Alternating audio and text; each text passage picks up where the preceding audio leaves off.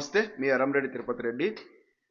మే 6వ తేదీన BRS party KTR గారు ముఖ్య అతిథిగా రైతు సంగ్రామ సదస్సు మన హంటర్ రోడ్లో ఉన్నటువంటి సిఎస్ఆర్ గార్డెన్ సర్కిల్ లోపల జరగబోతా ఉంది. ఈ యొక్క కార్యక్రమానికి ఉమ్మడి వరంగల్ జిల్లా చుట్టుపక్కల ప్రాంతాల నుంచి కూడా పెద్ద ఎత్తున రైతులంతా తరలి వచ్చేసి కేటీఆర్ గారు చెప్పేటువంటి సందేశాన్ని వినాలని మీకు విజ్ఞప్తి చేస్తున్నాను. ఈ టైంలోనే రైతు సంగ్రామ సదస్సు ఎందుకు పెట్టారంటే కూడా ఈ కొత్తగా వచ్చినటువంటి 2.5 ఏళ్ల కింద అధికారంలోకి వచ్చినటువంటి కాంగ్రెస్ పార్టీకి 2 ఏళ్ల సమయం ఇద్దాం, ఏమైనా ఉద్ధరిస్తామేమో, రైతు సంక్షేమం కోసం కేసీఆర్ గారి కంటే పెద్ద ఎత్తున కార్యక్రమాలు చేస్తామన్నారు. కేసీఆర్ గారు ప్రపంచంలోనే తొలిసారిగా రైతు అకౌంట్లో డైరెక్ట్గా పెట్టుబడి సాయం రైతు బంధు రూపం లోపల ఎకరాకు 10,000 రూపాయలు ఇస్తే మేము 15,000 ఇస్తా అన్నారు. మళ్ళీ వీళ్ళు ఏమన్నారు, కాంగ్రెస్ వాళ్ళు ఓన్లీ అసలుదారులకే కాకుండా, అంటే భూమి పట్టాదారులకే కాకుండా కౌలు రైతులకు కూడా మేము ఎకరాకు 12,000 రూపాయలు ఇస్తామని చెప్పారు. అదేవిధంగా సంపూర్ణంగా రుణమాఫీ చేస్తామన్నారు 2 లక్షల వరకు. అది కూడా అత్తే సరే, పండించిన ప్రతి గింజను, అంటే మొదట్లో ఏమన్నారు, ప్రతి వడ్లను సన్న రకంగా దొడ్డు రకంగా అన్ని రకాల వడ్లను కొంటామని చెప్పారు. మళ్ళీ తర్వాత వాటిని సన్న రకాలకే లిమిట్ చేశారు.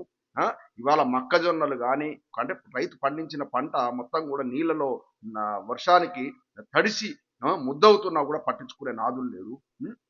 ఈ రకంగా రైతులు దగా చేసినటువంటి కాంగ్రెస్ ప్రభుత్వాన్ని ఇక మనం ప్రశ్నించకపోతే, మన గొంతెత్తి, మన ప్రధాన ప్రతిపక్షంగా మన బీఆర్ఎస్ పార్టీ కానీ గొంతెత్తకపోతే రైతుకు ఇంకా అన్యాయం జరుగుతుందనే ఉద్దేశంతో ఇలా కేటీఆర్ గారు ఈ యొక్క కార్యక్రమాన్ని తీసుకున్నారు. దీనికి సంఘీభావంగా రైతు సోదరులంతా కూడా వచ్చి పాల్గొనాలి. దీనికి పోటీగా, అంటే మొన్న కేసీఆర్ గారు జగిత్యాల సభ పెడితే ఆనాడు మేడిగడ్డ బ్యారేజ్ సందర్శనాన్ని రేవంత్ రెడ్డి గారు కొత్త డ్రామా, ఎందుకంటే ఒక మీడియాను పబ్లిక్ను డైవర్షన్ పాలిటిక్స్ కు ఆరితేరిపోయింది రేవంత్ రెడ్డి గారు. ఇవాళ ఇక్కడ మే 6 రోజు మనం కార్యక్రమం రైతు సంగ్రామ సదస్సును పెట్టుకుంటే ఇవాళ రైతు సదస్సు అని పొంగిరెడ్డి శ్రీనివాసరెడ్డి గారు వచ్చారు. ఆ ఖాళీ కుర్చీలు దర్శనం ఇచ్చినాయి. అంటే రైతులు కంప్లీట్ గా కాంగ్రెస్ ప్రభుత్వం మీద విశ్వాసాన్ని కోల్పోయారు.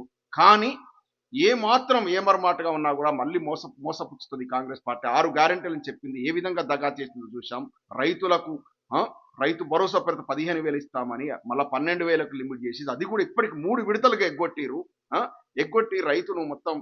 ఎందుకంటే ఇంతకుముందు కేసీఆర్ గారు 9 ఏళ్ల పరిపాలన లోపల రైతు ఎట్లుండే, కాలర్ ఎగిరేసి తిరిగాడు బ్యాంచత్, నాతోనే ఎవరు పోటీ పడతారు అన్నట్టుగా. ఎందుకంటే ఏదన్నా కష్టకాలం వచ్చి ఒక అరెకరం భూమి అమ్మినా కూడా 20-30 లక్షలు వచ్చేది, ఖర్చులు వెళ్ళేది. ఇవాళ రైతు ఒకవేళ కష్టం వచ్చి అమ్ముకుందాం అన్నా కూడా రియల్ ఎస్టేట్ దిగాలైపోయి రైతు యొక్క ఏదైనా భూమి 1 ఎకరం అమ్ముకుందాం అన్నట్టు కొనేటువంటి నాదులు లేడు. అంటే మొత్తం కూడా ఆర్థికంగా చతికిల పడిపోయింది తెలంగాణ రాష్ట్రం మొత్తం కూడా.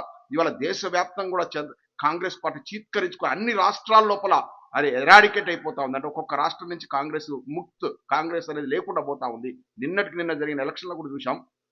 అక్కడ కూడా కేరళలో కూడా కాంగ్రెస్ ఒకే ఒక రాష్ట్రంలో గెలిచింది. 5 రాష్ట్రాల్లో ఎన్నికలు అయితే ఆడ కూడా ఎట్లా గెలిచిందంటే, ఈ యొక్క 2 జాతీయ పార్టీలు కూడా, బీజేపీ కాంగ్రెస్ 2 కూడా లోపాయకార ఒప్పందం చేసుకొని ప్రాంతీయ పార్టీలను, వామపక్ష పార్టీలను వీటిని రూపుమాపే కార్యక్రమానికి శ్రీకారం చుట్టింది. కాబట్టి కేరళ లోపల బీజేపీ కాంగ్రెస్ 2 కలిసి పనిచేసి వామపక్ష పార్టీని అక్కడ చక్కటి వామపక్ష గవర్నమెంట్, దేశంలోనే ఏకైక వామపక్ష గవర్నమెంట్ కూడా పొందబెట్టిన కార్యక్రమాన్ని చూసాం. ఇప్పటికైనా వామపక్ష పార్టీలు సిపిఐ, సిపిఎం రియలైజ్ కావాలి, న్యూ డెమోక్రసీ వీళ్ళంతా కూడా రియలైజ్ కావాలి. ఈ యొక్క కాంగ్రెస్ అనేది బీజేపీతో లోపాయకార ఒప్పందం తీసుకొని ఇక్కడ కూడా బీఆర్ఎస్ పార్టీని ఓడించారు. ఇప్పటికి కూడా చూడండి, రేవంత్ రెడ్డి గారి మీద ఈగ వాలట్లేదంటే సెంట్రల్ గవర్నమెంట్ బీజేపీ ఎన్ని అవినీతి ఆరోపణలు వస్తున్నాయి, ఎన్ని కుంభకోణాలు జరుగుతున్నాయి. తెలంగాణలో ఇప్పుడు జరుగుతున్న కుంభకోణాలు అన్ని కావు. ఇక్కడ లోకల్లో బీజేపీ నాయకులు కూడా ఒక్కడు కూడా కాంగ్రెస్ ప్రభుత్వాన్ని విమర్శించరు. మనం ఓన్లీ మన ప్రాంత ఇంట్రెస్ట్, మన రాష్ట్రం కోసం చావు నోట్ల తలబెట్టి కొట్లాడిన కేసీఆర్ గారితోనే బీఆర్ఎస్ తోనే సాధ్యమవుతుంది. తెలంగాణ బాగుండాలి అంటే, తెలంగాణ శ్రీరామ రక్ష ఎవరంటే కేసీఆర్ గారు, బీఆర్ఎస్ పార్టీ మాత్రమే. ఈ 2 జాతీయ పార్టీలు, కుహనా జాతీయ పార్టీల వల్ల దక్షిణ భారతదేశానికి, ప్రధానంగా తెలంగాణకు జరిగేది. అందుకే దక్షిణ భారతదేశంలో ఎక్కడ కూడా ఈ యొక్క 2 జాతీయ పార్టీలకు చోటు లేదు. ఇవాళ తమిళనాడులో చూడండి ఈడ్చికొట్టారు. ఇక్కడ ఆంధ్రప్రదేశ్లో తెలుగుదేశంతో పొత్తు పెట్టుకుంటే తప్ప ఆడ 3-4 సీట్లు బీజేపీ గెలవని పరిస్థితి. కాంగ్రెస్ పూర్తిగా తెరమరుగైపోయింది. ఇలా కర్ణాటకలో కంప్లీట్ గా ఎరాడిక్ అయ్యే పరిస్థితి. ఇప్పటికిప్పుడు ఎలక్షన్స్ కర్ణాటక లోపల కాంగ్రెస్ పార్టీ గెలిచే పరిస్థితి లేదు. కేరళ లోపల వామపక్షాలను పొందబెట్టడం కోసం బీజేపీ కాంగ్రెస్ 2 లోపాయకార ఒప్పందం చేశాయి. ఇక్కడ కూడా మన దగ్గర కూడా లాస్ట్ టైం అదే జరిగింది. రాబోయే రోజుల లోపల రైతు సోదరులకు ప్రధానంగా నేను విన్నవిస్తున్నాను, ఈ కాంగ్రెస్ బీజేపీని 80% నమ్మొద్దు. వాళ్ళ వల్ల నయా పైసా లేదు. మన యొక్క రైతాంగాన్ని డోకా చేసినట్టు కాంగ్రెస్ పార్టీని 100 అడుగుల లోతులో మనం పొందబెట్టాల్సిన ఆవశ్యకత ఎంత ఉంది.